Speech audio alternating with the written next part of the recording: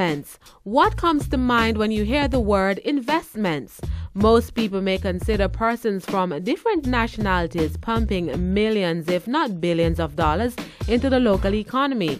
While that's true, did you know that our own nationals living overseas can play a role in advancing the economic welfare of Jamaica? Of course, our diaspora can definitely contribute more than just remittances. That's why the Jamaican government, through its Diaspora Conference 2015, is making the linkages between possible investors and their interests. The Jamaica Trade and Invest JAMPRO is the lead governmental agency promoting the conference. Meet Mr. Robert Scott, Vice President of Export and Market Development at JAMPRO. This Diaspora Conference is very, very important for us as we reach out to gaining diaspora investment. Many other countries cherish the investment from their own. If you look at a country such as Armenia, over 25% of their foreign direct investment comes from their own people. Places like India, Bangladesh, they all count on their own people. We at Jamaica here, we haven't really been reaching out to our diaspora as we should. And this conference, we are transforming it somewhat to present a lot of business opportunities. Day one will almost be entirely business and investment opportunities. And the message here to our diaspora living overseas is to say, come back to Jamaica. As you look to invest, as you look to secure your pension, plan for the future, you may want to invest in property, you may want to start a business, you may look at a joint venture. Look at the offerings here in Jamaica. And this conference we have it nicely profiled so people can see the opportunities, and here at JAMPRO we will make those business-to-business connections. So from the minute persons express an interest that they are coming to the conference, we'll be reaching out to say, are you interested in business? And we're putting them in contact with the persons locally. So this for us is really a significant foray into really reaching out to the Jamaican persons rather than others with investment. And of course, as you know, this is going to be very good for the country, it's going to be very good for the investor, and overall for overall Jamaican relationships with the outside world. So what are some of the investment opportunities our diaspora community can explore? Well, the opportunities are endless, but for starters, why not think about the agriculture sector? If we were to look in just in the agricultural areas, we have products such as West Indian Sea Island cotton. We're only one of 5 countries in the world that can grow Sea Island cotton. This is the most premium cotton. You've heard of Egyptian cotton? Ours is premium. A shirt made from West Indian Sea Island cotton sells for over $300 US. So there's cotton. There's also things such as honey. We can't meet the demand for honey in the international marketplace. Jamaican yam, breadfruit, ackee. As you know, our staple ackee and sawfish is loved by Jamaicans across the world. We cannot produce enough canned ackees to sell. Our producers are continually on the hunt for ackees. So there's therefore the opportunity for long-term crops. Then there's the tourism industry. Tourists simply can't get enough of our warm culture, beaches, and food. Interested? Then why not consider this rather lucrative venture? Then as we look in the hotel space, there are a number of hotel properties for sale. There are a number of properties that we can build hotels on.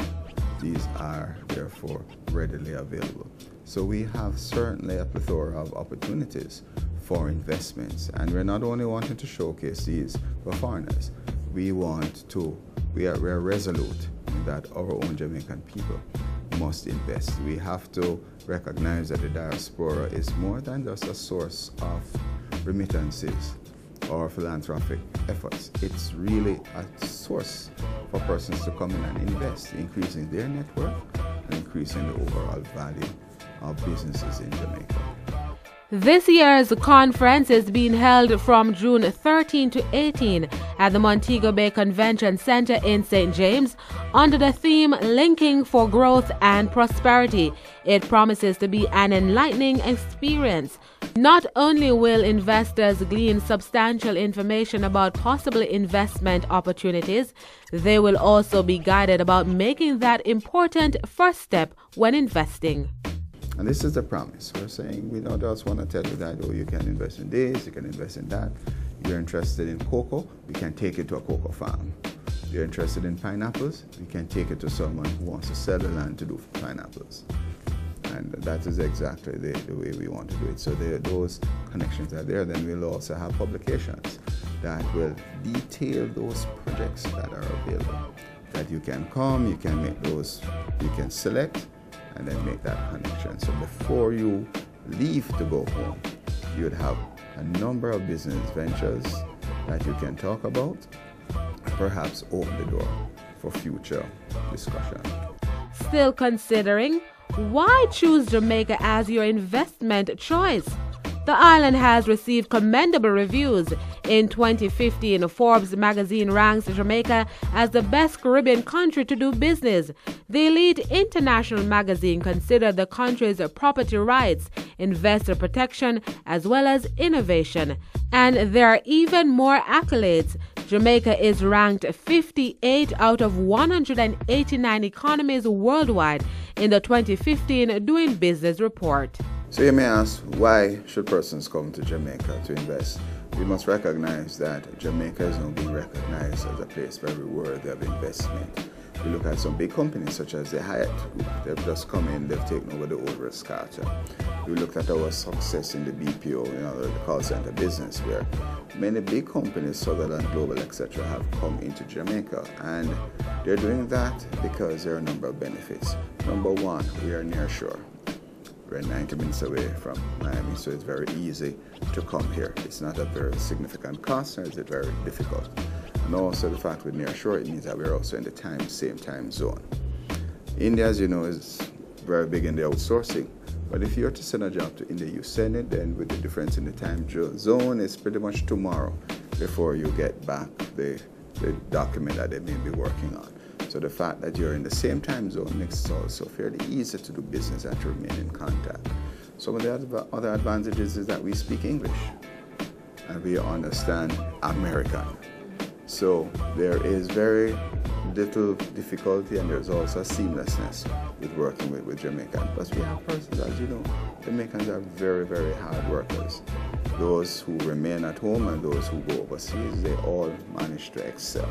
And it's an opportunity, therefore, to not only help your bottom line, but also to benefit from doing business in Jamaica, which is a country which has many, many, many positives.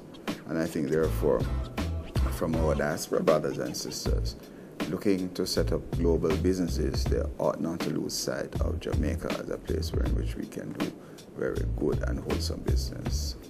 And there's the new and emerging sector, the creative industry. We are extremely creative people. We think of Bob Marley, those who came before him and those came after him. Our real wealth is not even in our land, what we can produce, what we can make. Our real wealth is here, what lies in our mind. Many of our persons have not only performed well in the area of music and animation, but they've gone out and built businesses in the IT area. And those persons were saying, you have a creative mind, you've started an initiative. Maybe you should look home here for those partnerships, those individuals who can also work on your projects. So the creative industries is an area that is really growing and certainly has been getting a lot more recognition. And we are seeing persons who are using their computers and so forth and are creating so many fantastic things, and we want to maintain the link with those persons. So we're inviting them especially to come and see what we can do. We know that there are a lot of artists from overseas who come down and they have their music mixed and prepared here. So the area of music is well established. When we look at film, Jeremy Whittaker's film Destiny, filmed partially in Canada, filmed partially in Jamaica, is one of those movies that when I went to see it, my eyes almost clouded up, because here what I'm seeing is the very best of Jamaica. And there are so many other ways that we can embrace our own and create so much fantastic added value as a result. So make a note on your calendar, June 13 to 18, 2015, Jamaica's biennial Diaspora Conference at the Montego Bay Convention Center in St. James, linking growth for prosperity.